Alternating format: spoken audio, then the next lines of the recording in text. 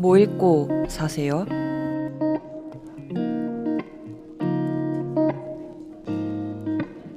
이젠 내가 지금과 같은 사람이 된 것이 그녀였는데도 인 동시에 그녀 덕분에라는 점을 잘 안다. 내 정신 속에서는 그녀였는데도가 그녀 덕분에를 오랫동안 능가해왔다. 물론 오래전부터 내 이기심과 배은망덕이 부끄럽다. 이기심과 배은망덕이 어머니에게 가져다준 고통 때문에 고통스럽다. 하지만 내 어머니의 책 알베르 코엔이라면 이렇게 말할 것이다. 이 죄책감은 조금 늦었다라고. 어느 서민 여성의 삶, 노년, 죽음. 디디에 에리봉. 경제의 자유, 무슨 그런 말이 요즘 유행하는 모양이다. 별씨 개똥 같은 소리들. 사명을 찾아서 유리관. 그 시절의 삶은 마치 끝도 없는 축제 같았다. 아름다운 여름, 채살의 파베스.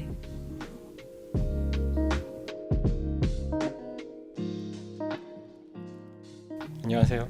안녕하세요. 웃음을 참기가 너무 힘들었네요. 제가 너무 아름다운 문장들 사이에. 너무 아름다운 문장이었어요. 아 그래요? 안녕하세요. 이끼입니다. 양입니다. 아짜로입니다. 휴, 다들 잘 지내셨죠? 의뢰 시작하는 멘트입니다. 네. 어떻게 지나갔는지 모르겠어요. 그것도 맞죠. 순식간에 지나갔네. 순식간에. 네. 마치 같은 날 녹음하는 것처럼. 정신이 하나도 없네요. 저희 오프닝 맨날 하는 거 있잖아요. 좋은 일? 응. 지난 날들 동안 좋은 일이 있으셨는지. 아니요. 조금 성의를 가지고 생각을 해보세요. 깊이 생각해봤는데 일상을 유지한 거 정도가 좋은 일이겠네요. 근데 저는 요즘 그게 너무 중요한 일이라는 생각을 해요. 맞아요. 너무 일상이 파괴되는 일들이 많으니까. 그렇죠. 그냥 하루하루 막 그냥 어쨌든 조금의 즐거움이 있고 조금의 힘듦이 있고 뭐 이런 상태가 사실은 네. 그렇게 나쁘지 않은 상태일 수도 있다 생각이 드네요. 사실 되게 그 매일매일 반복되는 사람 되게 무기력하고 지루하다 이런 불평을 최근 한 달 동안 계속 했거든요. 나 지금 막 약간 좀 새로운 이벤트가 필요해 막 이런 얘기를 자주 했는데 그 최근에 뭐 이런저런 삶이 망가지는 사람들이 뭐 이란에도 있고 뭐 가자에도 있고 그런 것들을 생각하다 보니까 이게 그냥 반복되는 삶이 얼마나 감사한 건지 모르는 게 스스로 좀 괘씸하다는 생각이 들더라고요. 제가 또 너무 심각하게 진지한 말을 던진 건 아닐지. 너 시작부터 죄송합니다. 왜냐면 양님이 좋은 일을 기껏 생각해 오셨는데 제가 찬물을 끼얹었어요. 제가 얘기하기 전에 라짜로님의 좋은 일 먼저 듣고 싶어요. 있으세요? 있으신지? 제가 말씀 듣는 동안 열심히 생각해 봤는데 또 궁지에 몰렸다는 생각이 들면서 최강록이 우승했다? 그 정도로 기쁘셨어요? 그 정도로 모르겠어요. 왜 어떤 울림이 있어요. 뭔가 그 최강록 씨를 좋아하는 분들이 유난히 남성이 많다? 그런 것 같아요. 맞아요. 그리고 어떤 그 막 주식맨들 이런 사람들도 엄청 좋아해요. 그래요? 네, 어떤 누군가의 성공 이야기 자체를 되게 좋아하고 그 사람이 겸손한 태도를 가졌다 이러면 더 좋아하는 것 같기도 하고 본인들은 그렇게 살지 않으면서 그런 것 그래서 저도 반성하고 있죠. 내가 착하지 말아야지. 그러면 안 된다. 많은 부분 반성했고 더 필요하다. 네. 그치만 저희도 뭐 점심 먹으면서 얘기했지만 요리 괴물이 뭐가 그렇게 나빴냐.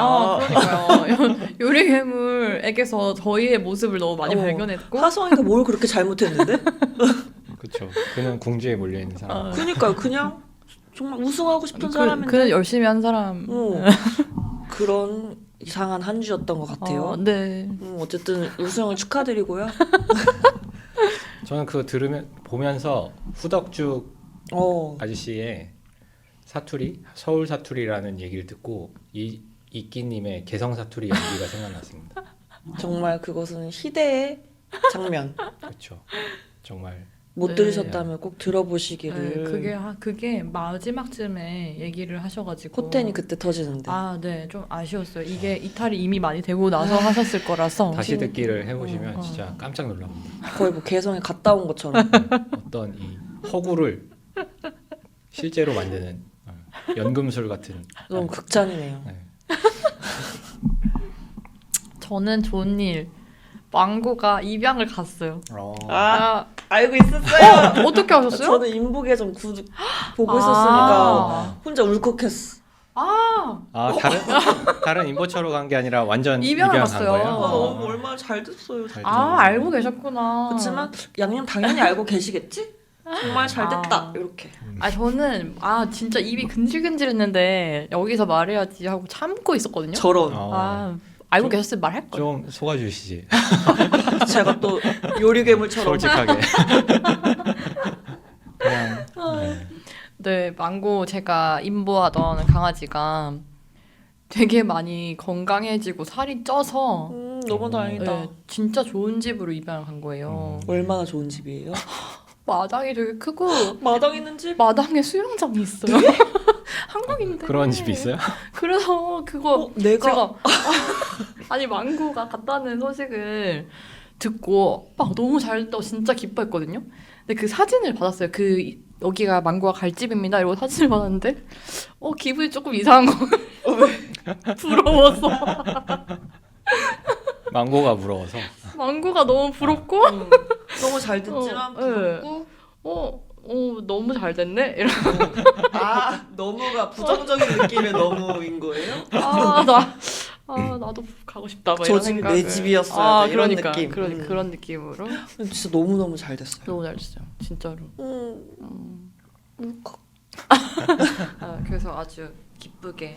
그건 정말 정말 기쁜 일이네요. 네, 너무 진짜로. 진짜 기쁜 일이네요. 사람은 잘 된 게 없지만 어쨌든 동물이 잘 망고는, 됐으니까. 뭐 주변에 모든 게 잘 되면 다 좋은 거니까. 맞아요. 너무 행복했어요. 되게 또 훈훈해지네. 역시 좋은 걸 나눠야 되는 것 같아요. 맞아요. 훈훈. 그 마치 만화에 의성어 의태어 써져 있는 걸 그대로 읽은 느낌처럼. 그걸 설명하신다는 것까지가 네네. 정말 죄송하네요. 이번에는 저희 늘 하던 거 소녀시대 같은 뭐 읽고 사세요에 뭐 읽고 사세요 준비했는데 라짜로님이 먼저 하신다 그랬던가? 네네네. 오 무슨 일이시죠? 자신감? 바꿔도 되나요? 항상 마지막에 하기를 원하셨는데. 마지못해 합니다. 이탈률 조금만 참아주십시오. 네. 네. 템포를 올려서. 네. 제가 가져온 책은 유리관의 사명을 찾아서. 그 인용문이 정말 네. 웃음을 참기 어려웠어요. 네. 여기 아까 그 인용의 별시 개통 같은 소리들이 이분이 교정공이잖아요. 네. 교정 교열자. 별 띄고 씨 띄고 개 띄고 똥 띄고 같은 띄고 소리들. 굉장히 강조가 되는. 네. 그래서 이걸 실제로 이렇게 문장을 볼 때 인상적이었어요. 거의 예술 작품 같네요. 네.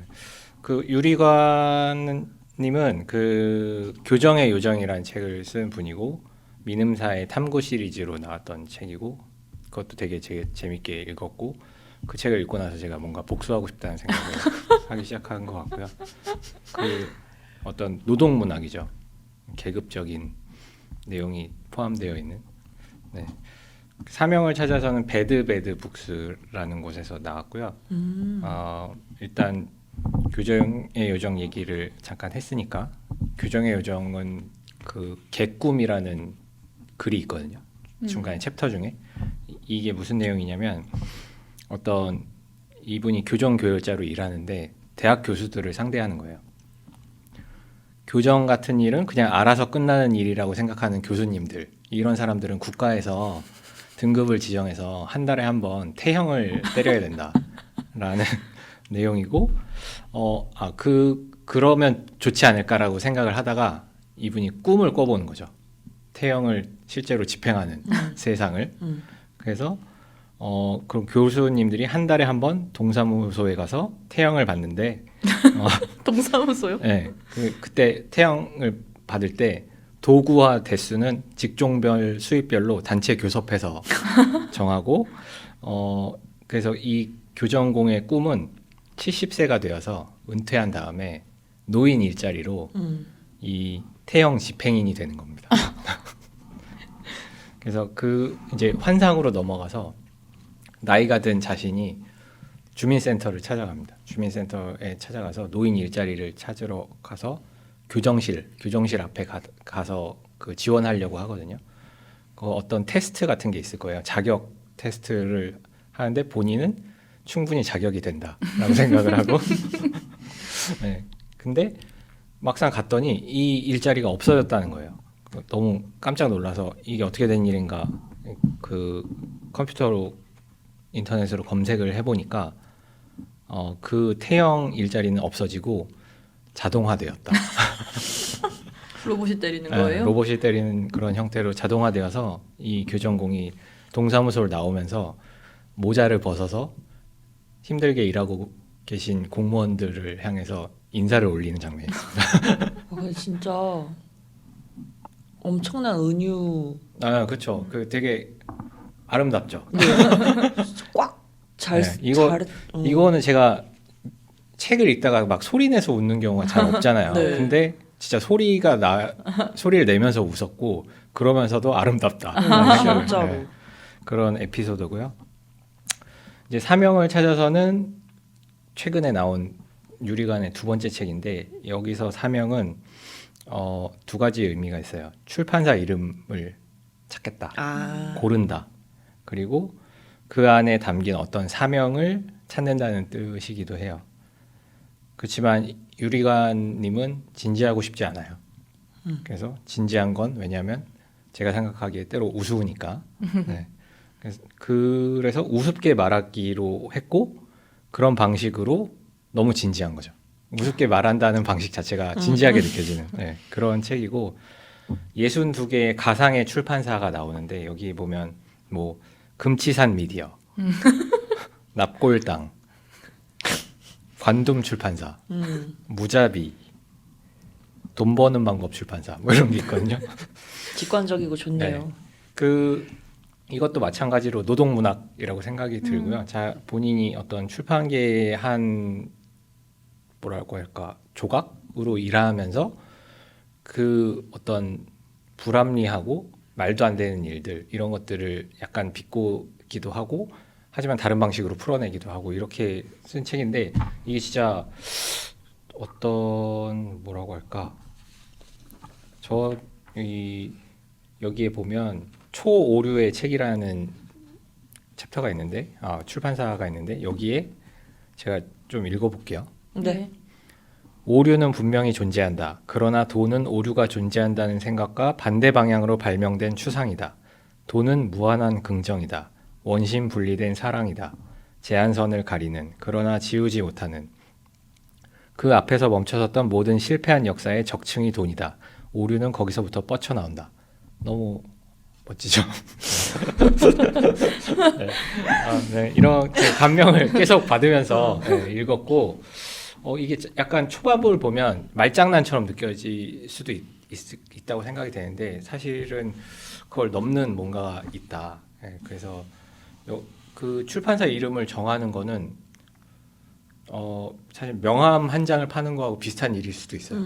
왜냐하면 이건 작은 동네 서점을 하나 차린다는 거하고 비슷한 말이기도 한데 왜냐하면 망하지 않기 힘들고 살아남는다고 해도 큰 돈을 만질 수는 없는 네. 그냥 나의 명함을 하나 파는 행위와 비슷하다는 생각이 들고요. 이거는 출판계에서 어떤 막 큰 자본이 움직이고 뭐 이런 게 아닌 데서 일하는 사람이라고 하면 당연히 이런 생각을 할 수밖에 없지 않을까? 이런 느낌이 있고요. 그래서 유리관이라는 사람이 염세적인 사람이라고 생각할 수도 있을 것 같은데 사실 제가 느끼기에는 그러니까 염세적이고 세상을 너무 비관하는 거 아닌가? 아니면 너무 삐딱한 거 아닌가? 이렇게 생각할 수도 있는데 제가 볼 때는 염세적인 사람은 사실 너무나도 큰 희망을 가진 사람이고 그래서 그의 꿈은 이루어지기가 쉽지 않고 그래서 맞아. 염세적이 되는 거예요. 네, 이 과정을 계속 반복하게 되는 그런 것 같아요. 그러니까 어떤 아까 요즘 세상 얘기도 하셨지만 비관하지 않을 수 없는 세상 앞에서 그냥 희망을 얘기하는 게 아니라 비관할 수밖에 없다고 말하고 나서야 이제 희망에 대해서 얘기할 수 있다 이런 느낌이 들고요. 그럼 비관을 무시하는 희망은 가짜 희망이다. 네, 그런 생각이 들고 이전의 책이 그 어떤 노동 에세이라는 결이었다면 사명을 찾아서는 시집 같은 생각도 들어요. 저는 시처럼 느껴졌거든요. 제가 시의 양식은 잘 모르지만 어떤 시적인 게 있다. 어떤 부분이 아름다운데 이게 아름다워서 시적이라고 하는 건 아니고 시적으로 아름답다.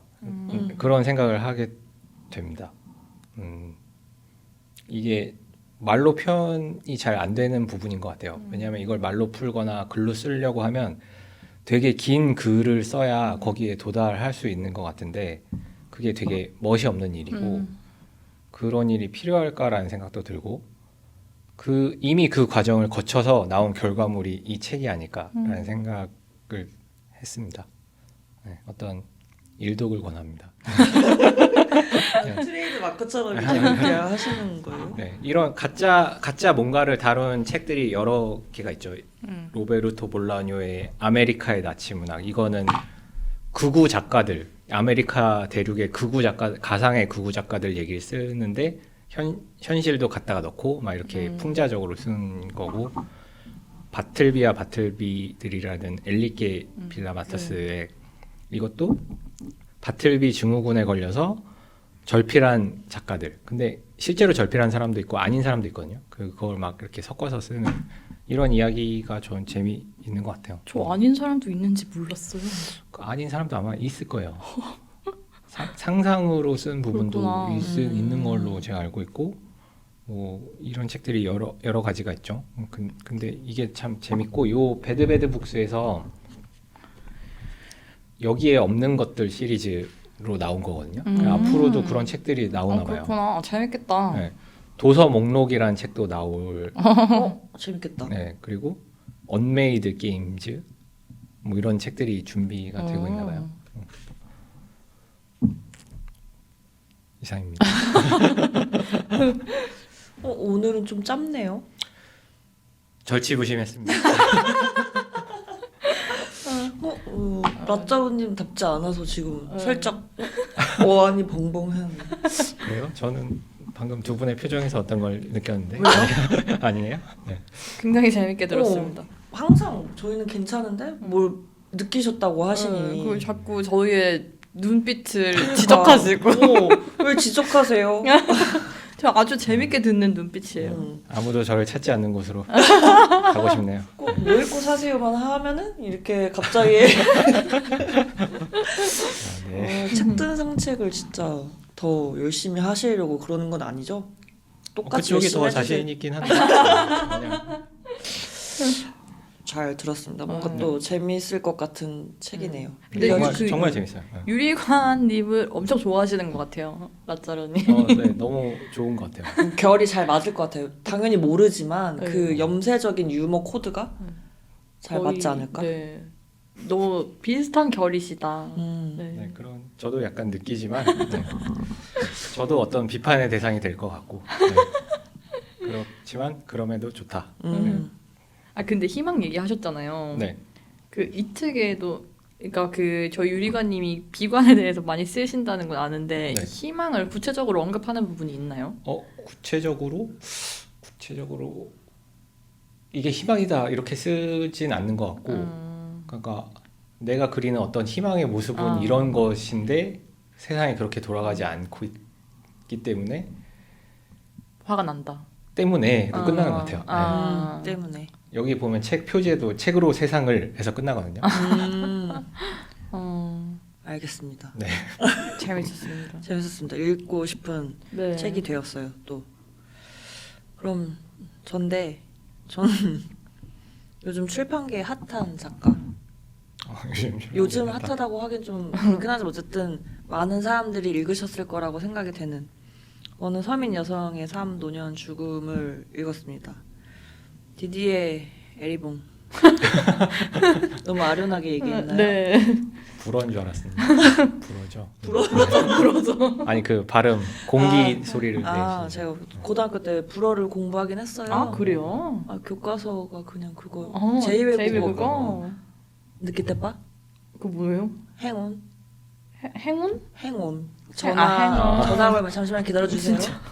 영어로 하신 거예요? 뜬금없네요. 제가 아는 불어가 느낄 때빠밖에 없어요. 왜 그걸 통화할 일이 있었나요? 아, 교과서에 그게 있었어. 예문에. 예문에. 네, 그렇고요. 일단 그 랭스로 되돌아가다도 엄청 많은 분들이 추천을 했던 걸로 기억을 해요. 네. 당시에는 읽지 못했고 시간이 지나서 작년 해를 여는 책으로 읽었었는데 시간이 지나서 신간이 국내에 소개되었습니다. 다들 잘 아시겠지만 계급 탈주자를 자처하는 디디 에리봉이 사회적 전기를 쓰고 있는데 그 3부작 중에 두 번째, 세 번째는 쓰고 있다고 하고요. 뭐 랭스로 되돌아가다 사실 기억이 또 잘 안 나기는 해요. 근데 제가 이번에 이 책을 읽고 생각했던 건 뭐 서민 여성의 삶, 뭐 그렇고 노년 알겠고 이제 전 죽음에 대해서 좀 더 생각을 했습니다. 왜 그랬을까? 뭔가 에리봉의 어머니가 고아였고 뭐 가정부였고 노동자로 일하고 그리고 랭스라는 동네를 엄청나게 싫어했던 에리봉이 파리에 가면서 교수가 되고 계급 상승을 이루고 뭐 부모와 어떤 괴리감, 가족을 떠나서 겪었던 거, 뭐 원가족이었을 때 겪었던 불행 이런 거를 랭스에서 이야기를 하고 이번에도 뭐 어머니가 어떤 식으로 살았는지 그녀의 삶이 어떤 노동계급에 있어서 어떻게 그 삶을 살았고 나중에 우경화되고 뭐 이런 얘기를 쭉 했지만 이런 얘기는 또 한국에도 많이 접해볼 수 있다고 생각을 했어요. 이런 얘기들은 사실 뭐 국내 한국 문학 한 3권만 읽어도 그 힘든 시절 얘기는 뭐 그렇죠. 빠삭하게 알 수 있잖아요. 형편이 더 안 좋으니까. 네. 뭐 어떻게 보면 프랑스는 선진국이고 우리나라는 또 그러지 않았기 때문에 뭐 그래서 그리고 뭐 감히 말해보자면 저희 부모님도 뭐 농사짓고 계시고 여전히 어떻게 보면 저도 계급 탈주 경계 뭐 이런 느낌이기 때문에 뭐 읽으면서도 뭐 엄청나게 특출나다 뭐 이런 생각을 하지는 않았던 것 같아요. 오히려 프랑스에도 이런 사람이 있었구나 뭐 비슷하다 이런 내가 느꼈던 감정들을 이런 언어로 말을 할 수 있구나 그런 면에서 좀 공감 가면서 읽었었는데 이 죽음이라는 키워드는 아직 제가 접하지 못한 거기도 하고 그렇지만 피할 수 없고 언젠가는 반드시 겪어야 되는 돌봄과도 연관이 되기 때문에 이 사람이 어머니를 돌보는 그 과정 4부부터 좀 많이 공감이 갔던 것 같아요.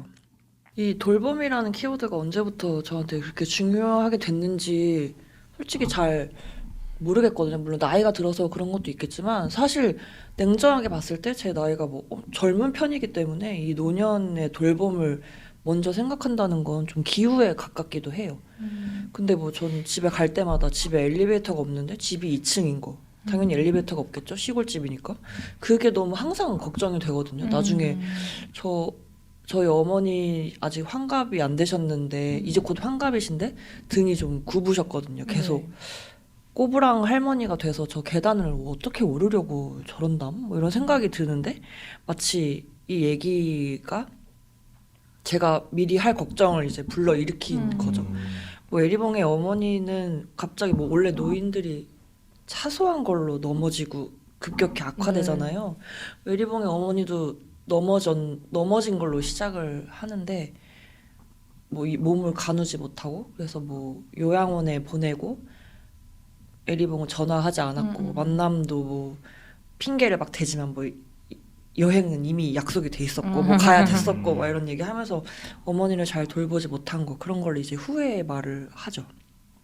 이거는 모든 자식들이 하게 되는 것 같은데 뭔가 더 이게 더 더 그랬던 건 어쨌든 부모와의 불화가 있었고 그 불화의 시간 동안 공백이 있었고 그 공백 이후에 결국 돌봄의 몫이 자녀들에게 돌아갔다. 이게 저는 음산하기도 했거든요. 결국 이 에리봉에게도 형제가 있지만 다른 형제들보다도 에리봉이 혼자이기도 하고 젊기도 하고 돈도 있으니까 계속 돌봄을 우선적으로 하게 되는 자처하게 된 거죠.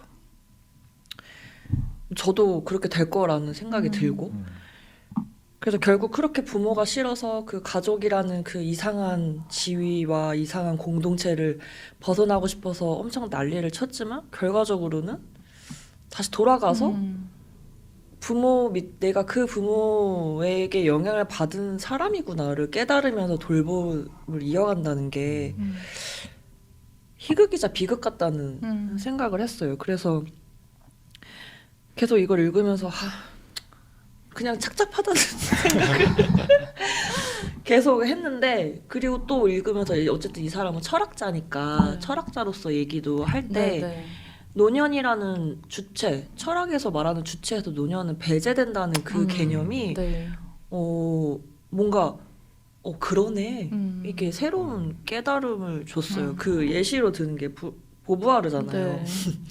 보부아르가 쓴 노년은 제2의 성에 비해 인기도 없고 뭐 알려지지도 않았는데 결국 보부아르조차도 제2의 성 같은 저작은 노인들에게 거의 적용될 수 없을 일원화의 틀을 제공한 그 책이고 결과적으로는 노년에서 그런 얘기를 하게 된다는 게 어떤 피할 수 없는 이 필멸자의 그 운명이 야속하다 그런 생각이 들면서 노인들은 우리라고 공동화할 수 없고 그 주체에 대해서 말을 할 수 없는 말을 뺏긴 주체가 되는 거잖아요. 그 말이 모순적이지만 뭔가 이렇게 서발턴에 뭐 말할 수 있냐 뭐 여성 뭐 약자 이런 얘기 했을 때 이 젊음이라는 오만은 그 노인들을 절대 배제하고 있었구나.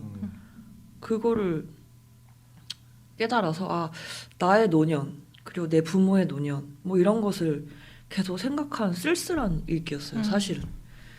궁금한 게 그거네요. 그러니까 서발턴을 말할 수 있는가라고 하는 것처럼 그럼 어머니는 자기의 언어로 자기의 삶을 어떻게 말했을까? 지금 어쨌든 이건 아들이 쓴 맞아요. 거잖아요. 그러니까 그런 부분을 어떻게 생각했을까? 이런 그래서 부분이요. 이게 해제가 좋다고 막 평이 나오는데 이 사람이 오토픽션 같기도 하지만 오토픽션이 아니라 사회적 전기라고 표현을 하잖아요. 그게 이 마지막 문장 얘기를 라짜로님이 얘기하신 김에 하자면 이 쓴다는 것은 결국 그 부모 제가 생각하기에 자식이 부모의 삶 혹은 노인이 된 부모의 삶을 대변할 수는 없겠지만 그 쓰기라는 행위가 결과적으로는 어떤 숨구멍을 내기 위한 행위일 수 있겠다. 그래서 뭐 마지막 문장을 인용해보자면 우리는 노화도 죽음도 피해갈 수 없을 테지만 이처럼 개인적 집합적 행위를 통해 끊임없이 새로운 시작을 열어갈 수 있을 것이다. 에리봉이 어머니를 위해 그랬듯 타자를 위해 자기에 관해 쓰면서도 말이다. 결국 이 타자를 위한 쓰기가 자기에게 돌아온다는 게 이 부모 자식 간의 끔찍한 연결감이라는 생각도 들었어요. 뭔가 이 끔찍하다는 게 진짜 막 감정적으로 막 어플 막 이런 게 아니라 이 끊을 수 없다는 게 그렇네요. 그래서 제가 이거랑 동시에 피해 흔적이라는 만화책을 읽었는데 이 피해 흔적은 완결된 지 오래됐기 때문에 결말을 얘기해도 저는 스포가 아니라고 생각을 합니다. 그 어떤 짤방이 돌아다니는 그 만화인가요? 네, 나 죽어도 되니? 라고 말하는 어머니가 그 어머니 줄거리를 말씀드리면 모성 없음에 대한 근데 모성 없음에 대한 것보다 그건 짤만 그런 건데 네. 이게 음산한 그림체예요. 그림체로 보자면. 근데 이제 유명한 짤은 그 어머니가 엄청난 속박을 하거든요. 자기 아들에게. 네. 친구랑도 못 놀게 하고 가령 어떤 사춘기로 넘어가는 과정에서 연애 감정이 싹트기 마련이잖아요. 네. 같은 반에 자기를 좋아하는 여자애가 러브레터를 썼는데 그걸 보고 어머니가 보는 것도 사실 말이 안 되지만 그게 뭐니? 내가 봐야겠다라고 본 다음에 찢어버려. 어머. 내 앞에서 이걸 찢어라고 거의 명령을 해요. 근데 그 아이는 어머니에게 너무나 큰 사랑을 받고 있다고 생각을 하고 있기 때문에 네. 실망시킬 수 없잖아요. 네. 그래서 그 편지를 찢어요. 그럼으로써 이제 스스로가 성장을 막는 거죠. 근데 그 어머니는 그래 정말 우리 아들 착하다 이런 식으로 얘기를 하면서 근데 이제 터지는 시기가 있을 네, 거잖아요. 네. 터지는 그 순간에 그 씬이 그거예요. 그럼 엄마 죽어도 되니? 그런 그 장면들이 어떤 트라우마를 가진 인터넷 친구들에게 갑자기 너무 답답해지네요. 그 소환이 되는 거죠. 근데 이게 단순히 모성 그런 끔찍한 모성에 대한 얘기보다도 사건이 있고 그 사건이 해결되는 그 일련의 과정, 일생을 다룬 건데 이 피해 연대기 피해 흔적 작가가 거의 완결에 가면은 에세이처럼 뭔가를 써요. 그러니까 이게 픽션도 섞여 있지만 이거 오토픽션인 거죠. 네. 본인 얘기인 거예요, 사실은. 어머니에게 어떤 정서적으로도 학대당하고 성장하지 못하고 그래서 결과적으로는 살인을 저지르거든요, 이 주인공이. 근데 이 살인을 저지르는 이유가 어머니를 보호하기 위해서 거짓말도 하고 근데 그 어머니는 법률망을 피해서 무죄 선고가 돼요. 그분이 사고를 치시거든요. 얘기해도 되겠죠? 그분이 절벽에서 사촌 동생을 밀어버려요. 어머. 엄마가. 근데 그걸 본 목격자가 아들인 거예요. 유일한. 아하. 근데 경찰이 무슨 일이 있었니라고 물어봤을 때 사촌 혼자 떨어진 거다 라고 거짓말을 한 거죠. 왜냐면 엄마를 지키기 위해서. 근데 그 엄마는 너무 윤리가 없이 당연히 내가 안 밀었지 이렇게 말을 하고 막 사람들 앞에서 울고 이러니까 그 애가 창란이 오는 거예요. 내가 본 게 진짜 무엇일지. 나중에는 내가 본 게 가짜구나라는 생각을 할 정도로. 근데 그 사촌이 죽은 게 아니라 식물인간이 되었다가 깨어나요. 그래서 이 사건의 전말이 펼쳐지는데 그 아들은 엄마가 진실을 말했으면 좋겠는데 진실을 말하지 않는 거죠. 그래도 정신적으로 내가 뭘 했다고 너 잘못 본 거 아니니? 뭐 이런 식으로 얘기를 하니까. 근데 결과적으로는 사촌을 죽이게 돼요. 그 아들이. 그리고 그 엄마는 무죄가 돼버려요. 근데 왜냐면 증인도 없고 증거도 없으니까. 네. 명실상부하게 그 사촌을 죽인 건 나기 때문에 네. 살인이 되는 거죠. 그리고 이제 그 어머니와 아버지는 이혼을 하시고 네. 둘은 이제 만날 일이 없어요. 그냥 절연을 해버리고 30년 정도가 지나요. 이게 전반이거든요. 전후반. 근데 진짜 아이러니한 게 뭐냐면 이 사람이 그냥 공장을 다니면서 개차반처럼 삶을 살아요. 너무 그 성장하지 못했다는 그 괴로움으로 당연히 그럴 수밖에 없었겠죠. 근데 자살하려고도 해요. 아버지가 돌아가시고 나서 이제 자기가 세상에 살아있을 이유가 없기 때문에 자살하려고도 하는데 자살도 하지 못하고 그런 모습에 스스로 환멸을 느끼고. 근데 진짜 끔찍한 게 뭐냐면 우리나라도 비슷하겠지만 경찰한테 전화가 옵니다. 난 잘못한 게 없는데 이제 근데 누구누구 씨 아들 되시죠? 엄마가 살아있던 거예요. 근데 그 엄마가 정신이 나가서 경찰서에 이제 보호가 된 거죠. 근데 서류 떼보면 아들인 게 나오잖아요. 그 아들에게 데려가라고 합니다. 법적 보호자기 때문에. 근데 이제 그 아들은 내가 왜 엄마를 데려가려고 하겠어요? 그치만 어쨌든 가는데 정신을 잃었기 때문에 그 여자를 돌봐줘야 되는 상황이 된 거예요. 그렇게 정신적으로 학대를 당했음에도. 어떻게 보면 랭스 얘기랑 비슷하다고 생각이 들어요. 그 약간 동서양의 차이도 있잖아요. 네. 근데 그 랭스는 중산층이 아니라서 더 친밀한 관계가 유지가 되는 걸까요? 랭스는 친밀한 관계가 유지되지 않아요. 아 그래. 네, 유지 안 돼. 만나지 못하고 그냥 둘 다 네. 사이 안 좋아요. 네, 거기도 그- 이제 아버지가 그 돌아가시고. 이후에 네. 둘 다 그냥 사이가 뭐 계급이랑 상관없이 그냥 사이가 안 좋은데 그 피해 흔적도 마찬가지로 그냥 자기도 그냥 방 한 칸 살고 있는데 정작 저 엄마라는 나를 학대했던 저 여자는 정신을 잃었고 월세도 밀렸고 돌봄이 필요한 대상이 돼버린 거예요. 나를 그렇게 괴롭혔는데도 불구하고. 근데 어쨌든 픽션이니까 거기서 돌범을 행하고 결국 나를 그렇게 괴물처럼 엄청 커 보였던 그 존재가 한없이 작은 막 배변 실수도 하고 그런 걸 막 처리하면서 정말 어떤 하나의 인간으로만 보게 되는 거죠. 그러면서 자기가 스스로 치유가 되는 거예요. 그분은 또. 그래서 나중에는 장수하시고 잘 살면서 끝나거든요. 그 어머니는 죽고 그 어떤 이 싫어서 도망치고 괴롭힘 당했던 그 자녀라는 그 이상한 그 지위가 결과적으로 돌봄의 역할로 환원될 때 어머니가 아니라 어떤 그냥 불특정한 어떤 존재를 돌보는 네. 걸로. 그러면서 또 아이러니하게도 자신이 치유받을 때 그게 너무 이상하다고 생각이 들면서 동시에 읽었던 책이 비슷한 내용이라 또 아이러니함을 느꼈어요. 그래서 뭔가 이런 얘기 왜 하냐, 왜 이 책을 가지고 왔냐면 어쨌든 쓰고 이 만화책은 오토픽션이고 에리봉의 이야기는 사회적 전기지만 어쨌든 비슷한 양식의 이것들을 씀으로써 자신들의 이야기를 사회에 내놓으면서 숨구멍을 만드는 그 행위에 대한 얘기를 하고 싶었어요.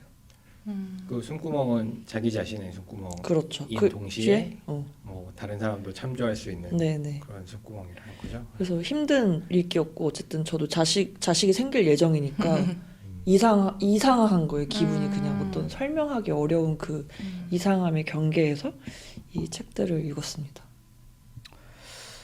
네, 근데 저도 읽었거든요, 이거. 근데 저 그 방금 말씀하신 피해 흔적? 네. 피해 흔적은 그 자녀가 정서적 학대를 당한 게 좀 이렇게 잘 묘사가 되는 것 같아요. 지금 설명을 들어보니까. 거기에 좀 방점이 있기도 해요. 근데 저는 에리봉의 이 책을 읽으면서는 저는 이 엄마가 딱히 어떤 잘못을 한 거 같지는 않다는 생각이 들었어요. 그래서 저는 랭스를 읽을 때는 되게 에리봉의 마음에 공감을 하면서 읽었거든요. 근데 이 책은 저는 사실 이 책도 되게 좋게 읽었는데 그 좋았던 거랑 별개로 좀 배은망덕하다? 갑자기 효가 올라올. 동서양의 아니 차이. 그러니까 굳이 따지자면 그 우리가 막 한국의 예전 드라마들 보면 항상 등장하는 소재가 이 개천에서 난 용 나중에 네. 와서 네. 네, 성공한 다음에 와서 네, 성공한 다음에 그동안 이 집안의 어떤 뒷바라지 이런 거는 네. 내팽개치고 그쵸. 가는 되게 배은망덕한 사람으로 그려지잖아요. 그 되게 서울 깍쟁이가 돼서 돌아오고. 근데 그 사람의 입장에서 쓴 거잖아요. 그 용의 입장에서 쓴 글이잖아요. 그래서 아까 전에 그 라짜로님도 말씀하셨지만 그 엄마의 입장에서 엄마가 글을 쓰면 다르게 나올 것 같다는 얘기가 저도 이 책 읽으면서 되게 그런 생각을 많이 했어요. 너무 모든 것이 이 사람의 관점으로만 쓰였고 그 실제로 이 사람이 자기가 약간 나쁜 아들이라는 표현 그런 비슷한 표현이 나오는데 짧긴 해요. 예, 되게 짧게 약간 예의상 넣은 것 같기도 한데 그런데 그 문화에 여전히 젖어 있는 사람들의 입장에서 보면 그냥 이 사람이 나쁜 사람일 거거든요. 그래서 그 차이가 뭐 누가 나빴다, 뭐 누가 누군가의 상처는 사실 누구나 서로에게 주는 거고, 근데 그렇게 표현될 수 있을까? 약간 저는 충분히. 그래서 갑자기 랭스에 대해서 조금 의문이 드는 거예요. 계급 탈주, 계급 횡단이라는 게 사실은 그 성공한 용의 입장에서 자신의 어떤 출신지를 배반하면서 그것에 대해서 자기가 몰랐던 그 안에 있는 사람들의 입장은 별로 고려하지 않은 맞아. 것이 아닌가? 그래서 저는 안 읽었지만 저도 한편으로는 그런 생각이 드네요. 그러니까 이게 뭐 배은망덕 이런 측면이 아니라 어쨌든 이 사람이 다른 계급으로 이동했다라고 하면 이동한 그 계급에서 그 전에 계급을 바라보는 거잖아요. 네, 네. 그러니까 이게 어떤 뭔가가 해결된 게 아니고 네. 그 계층이 있고 그거를 여전히 그 좀 더 나은 상황에 있는 계층이 네. 그렇지 못한 계층에 대해 서술하고 음. 이 당사자는 그걸 서술할 언어를 갖지 못하고 있고 맞아요. 네, 맞아요. 그 부분이 뭐 이게 나쁘다는 게 아니라 음. 어떻게 다뤄질 수 있나? 그 얘기도 네. 약간 부분으로 나오기는 해요. 근데 뭐 당연히 개천 입장도 들어봐야겠죠. 뭐 네. 그래서 애기- 막 여기서 저는 그래서 이게 이 뭐 아니 에르노나 디디에 에리봉이나 그 자신의 자신의 어떤 원래 터였던 곳을 되게 배반하는 이야기를 많이 하잖아요. 되게 직설적으로 그 낮은 계급의 문화에 대해서 어떤 수치심을 드러내잖아요. 뭐 엘레나 페란테도 네. 그렇고. 근데 그것에 대해서 헉, 어떻게 그럴 수 있을까? 어떤 용기를 가지고 그런 걸 쓸 수 있지라고 생각했는데 이 책에 그 자기 동생이 막 맞아. 고소하겠다고 어, 난리친 게 나오거든요. 동생도 너무 이해가 돼요. 이해는 돼요. 너무 이해되고 그래서 그럼 정말 잘 모르겠다는 생각이 점점 드는 거예요. 그렇죠. 그리고 이게 예를 들어 어머니한테 얘기를 해보라고 하면 어머니는 이 전체적인 사회적 조망이나 이런 걸 네. 할 수 있는 능력이 만약에 없잖아요. 없다면 당연히 아들을 배은망덕하다라고 그런 식의 언어로 표현밖에 못하겠죠. 네. 표현할 수밖에 없는 상황이 있을 수 있겠죠. 네. 맞아요. 그렇습니다. 이 문제가 너무 음. 아직까지 더 다루어져야 될 관점이 많다는 생각을 했어요. 그리고 아까 한국 사회 말씀하셨는데 한국은 이런 경우가 되게 많을 것 같다는 생각이 들어요. 그러니까 어떤 계층이 이동했다기보다는 그러니까 대학을 거의 안 가던 시절의 사람들이 네. 낳은 자식들이 네. 대거 대학에 가서 맞아. 네. 훨씬 많은 걸 배우고 맞아요. 유세하고 네. 맞아 유세. 맞아. 그런 상황하고 되게 비슷한 네. 네. 저는 고백하자면 저희 아버지가 저한테 뭐라 그랬지? 아는 척하지 말라 그랬나? 잘난 척하지 말라 그랬나? 네가 뭘 그렇게 배운 게 있냐? 뭐 이런 식으로 어떤 네. 질투라는 표현은 좀 이상한데 어쨌든 관점이 다르고 대학을 안 나왔으니까 뭐 그런 얘기를 했어가지고 너무 압니다. 저도 많이 들었단 말이에요. 근데 잘난 그러려고 척하지 대학 마. 보낸 거 아닌가? 저는 그런 이야기도 듣지 않았어요. 그런 얘기를 피하셨던 것 같아요. 다르게 또 접근할 수 있으니까. 네. 그래서 뭔가 이 에리봉이 하고 싶은 얘기 계급 얘기 뭐 이런 거라서 이 네. 사람이 쓰는 사회적 전개가 어쨌든 나는 횡단했고 횡단한 상태에서 이야기하고 싶고 막 이런 거 같은데 저는 또 비껴나가서 노년 죽음 이런 거를 그것도 뭐 중요한 추억인 거 네. 아니에요? 근데 그거에 대해서도 저는 아까 전에 이끼님이 이 앞에 뭐 아프고 뭐 요양원 들어가고 이런 거 한국 소설만 읽어도 알 수 있다고 하셨는데 네. 저는 오히려 그 관점에서 이게 전 세계 공통이구나. 저는 프랑스라면 조금 더 복지가 잘 돼 있고 요양원에 들어간 삶이 그렇게까지 비참하지 않을 수 있을 거라고 생각했는데 왜냐면 예전에 막 프랑스의 그런 노인 공동체가 되게 잘 돼 있다는 글들을 몇 번 봤어가지고 역시 다 호상. 그러니까요. 근데 중산층 얘기겠죠. 네, 그게 서민의 모습은 너무나 똑같고 그래서 누구나 이렇게 그 돈이 없다면 비참한 말로를 맞이할 수밖에 없는 건가? 뭐 그래서 오히려 신선했다? 그럴 수 있겠어요. 하긴 미국이라면 그럴 수 있지만 그리고 유럽이라면 약간 네. 서양이면 20살 되면 연 끊는 거 아닌가? 이런 생각. 저 그 생각 하긴 했어요. 맞아요. 그냥 다 독립시킬 줄 알았는데 결국에는 다 똑같이 다 자녀들에게 돌아와서 귀속이 된다고. 맞아. 귀족이라는 표현이 이상하긴 하지만 결국에는 돌봐줄 사람이 결국 자녀라는 것이 그렇죠. 맞아, 그게 맞아. 어떤 서민 계급에 더 네. 두드러지는 그런 걸 수도 있고. 네. 근데 뭐 부자에겐 들어본 적이 없어요. 저희가 서민층 서민 계급 뭐 이렇게 얘기하지만 당사자성 있으니까 네네. 당사자성 레알 있어요. 봐주시고. 우리 모두가 그러니까요. 충만합니다. 아니 근데 그 엄마 입장에서 얘기하면 네. 다를 것이다라고 하셨는데 피해 흔적에서 엄마 얘기가 나와요. 그래요. 너가 나를 그렇게 악마화하지만 않았더라면 뭐 이런 얘기도 나오긴 해서 보면서 전 또 그렇게 그럴 수도 막 이렇게 음. 그래서 확실히 뭐 그러네요. 엄마 입장에서 봤을 때 이 싸가지 없는 아들이 갑자기 나 네. 팔아먹고 책 내고 음. 이런 거니까. 그런 생각도 드네요. 그러니까 어쨌든 이걸 쓰지 않았더라면 아무도 모르는 어떤 암흑 속에 그쵸, 그 그쵸. 사라지는 이야기가 될 수도 있는데 어쨌든 그쵸. 이 사람이 썼기 때문에 이게 남아서 뭐 음. 우리가 여기서 얘기할 수도 있는 네. 거고. 그래서 뭔가 오토픽션 한창 유행이고 막 이랬을 때 네. 되게 막 여러 가지 부작용들이 많았잖아요. 음. 근데 그럼에도 불구하고 뭔가 내가 일기든 뭐든 쓴다는 게 의미가 있을 수는 있겠구나. 그런 식으로 담백하게 마무리하려고 했습니다. 아, 네. 잘 들었습니다. 네, 재밌었습니다.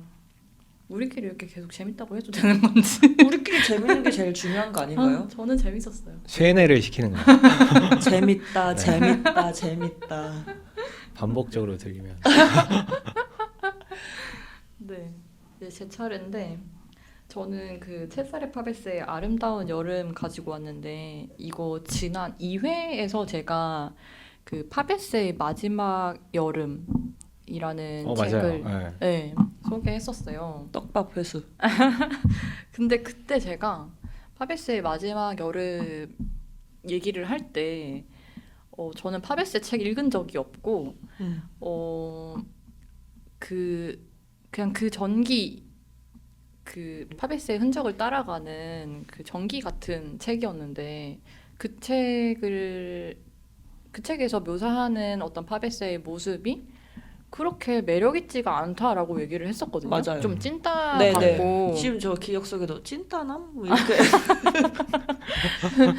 그 자기가 사랑받을 수 없는 아주 너무 특출나게 아름다운 여성만을 사랑하고 그 사랑받지 못함에 대해서 비참해하고 늘 자살을 생각하고 막 이런 사람이었거든요. 심각한 다시 그래서 막 들어도. 제가 막 인셀이다. 맞아. 네, 이렇게 얘기를 했었거든요. 근데 그걸 읽고 나서 진짜 이상하게 계속 파베스 생각이 나는 거예요. 인셀람에게? 그런 어떤 인셀 이런 걸 떠나서 제가 왜 그랬는지 모르겠어요. 그냥 파베스에 제가 한동안 좀 꽂혀 있었어요. 그래서 그때 마침 그거 읽고 나서 그해 이제 여름이 끝나고 작년에 여름이 끝나고 가을이 될 때쯤에 아름다운 여름 이게 파베스의 대표작인데 이게 나왔거든요. 그래서 나오자마자 바로 샀어요. 근데 그때 그래서 읽기 시작했는데 이게 무슨 내용이냐면 그 어린 한 몇 살인지 정확하게 나오나? 제가 느끼기로는 중3에서 고1 정도의 나이인 것 같아요. 근데 그 나이에 소녀가 첫사랑을 하는 이야기거든요. 근데 제가 파베스가 그렇게 음침한 찐따라고 생각하는데 그 너무 막 모든 것이 설레는 나이에 첫사랑을 하는 소녀의 마음을 그렸다는 것이 너무 음침하게 느껴지는 거예요. 그래서 이거 17살. 17살이죠. 그쵸. 네. 그래서 이거 안 읽고 덮어뒀어요. 그 조금 읽다가 너무 구역질이 나서 못 읽겠다. 단어가 강렬하네. 그래서 덮어뒀다가 근데 그러다가 이 책을 읽게 됐어요. 나탈리아 긴츠부르크의 작은 미덕들을 읽게 됐는데 나탈리아 흐름이 대단한데요? 바이블 리딩인가요? 그 나탈리아 긴츠부르크가 파베스의 친구예요.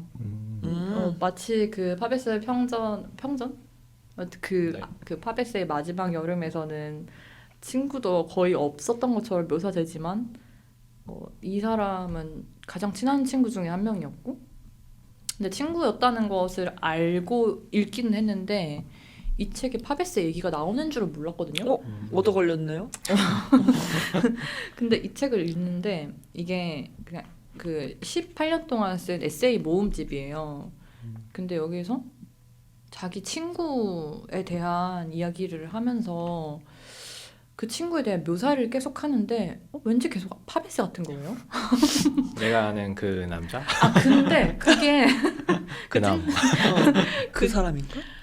근데 그게 제가 그 책에서 봤던 파베스의 모습은 아닌 거예요. 그러니까 이 친구의 입장에서 본 사랑이 담긴 눈으로 본 파베스에 좋은 친구였군요.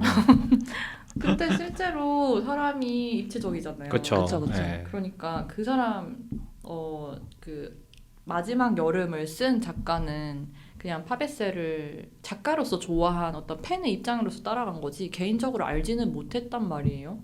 근데 이 사람은 그 개인적인 모습을 알았던 사람이고 여기서 묘사되는 이 친구가 너무 측은한 거예요.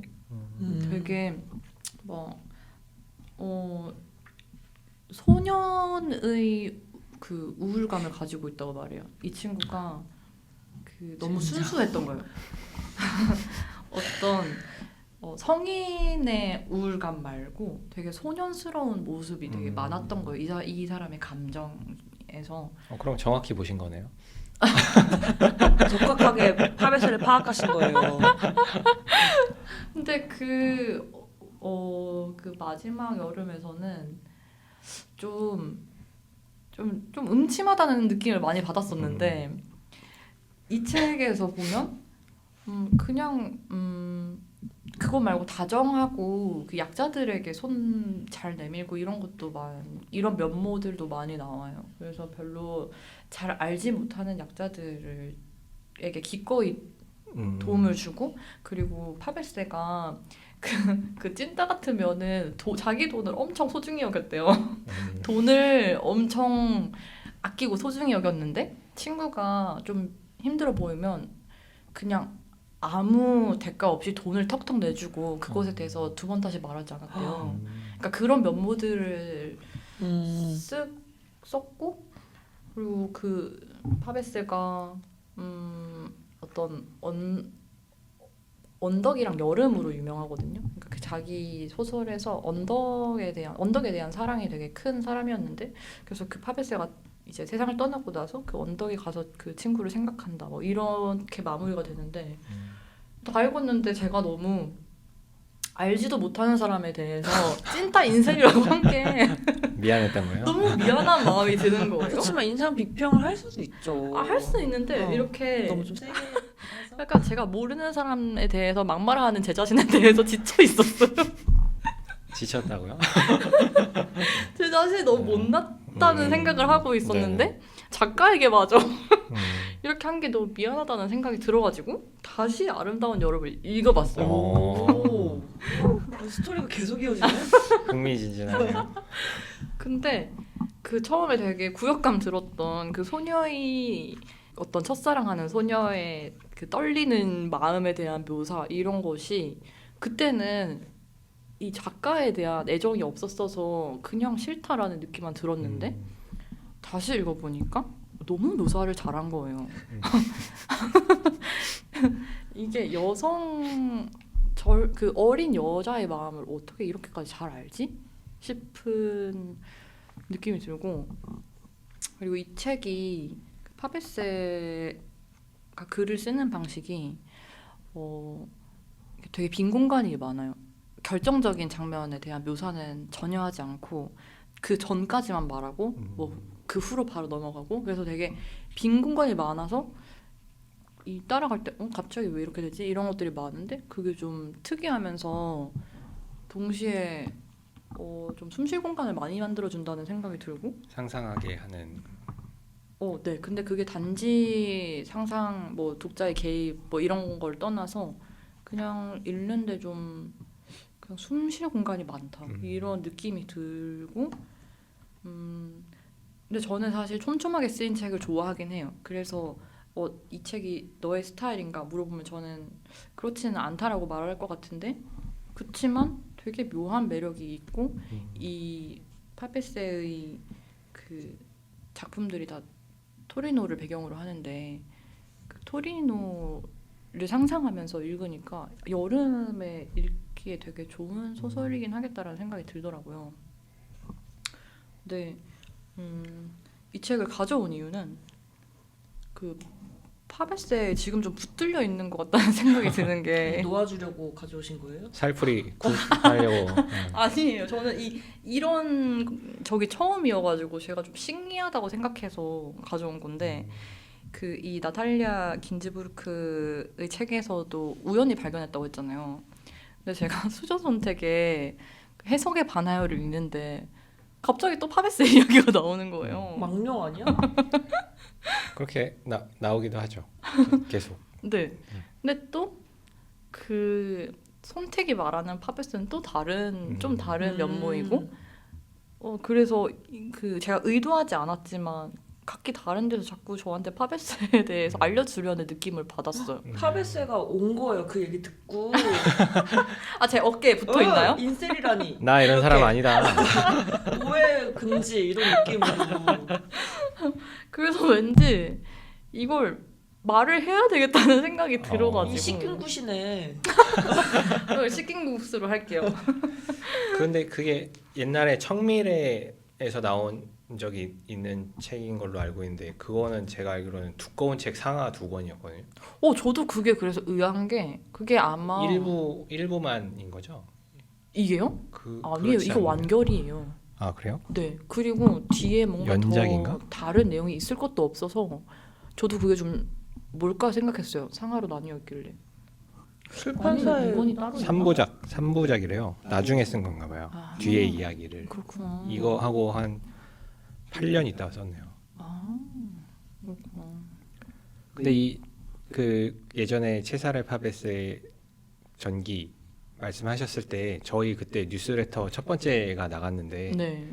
그 첫 번째 뉴스레터에 제가 커트 보네거트 책 사진을 찍어갖고 넣은 게 있거든요. 네. 근데 거기에 책갈피에 어떤 초록색 풀밭에 여성 2명이 누워 있는 네. 그런 그림이 있는 책갈피가 있는데 이게 일본에서 가져온 어떤 영화 홍보물로 된 책갈피였거든요.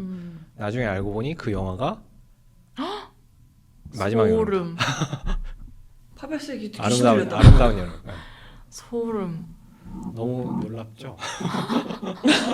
근데 저는 일본어를 모르니까 무슨 영화인지 몰랐는데 그렇구나. 나중에 찾아보니까 그렇더라고요.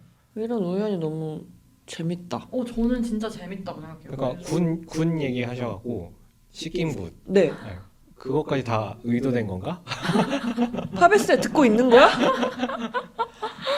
파베스가 들은 팟캐스트 모익사입니다. 여기서 마치나요? 중간 광고처럼 얘기해봤어요.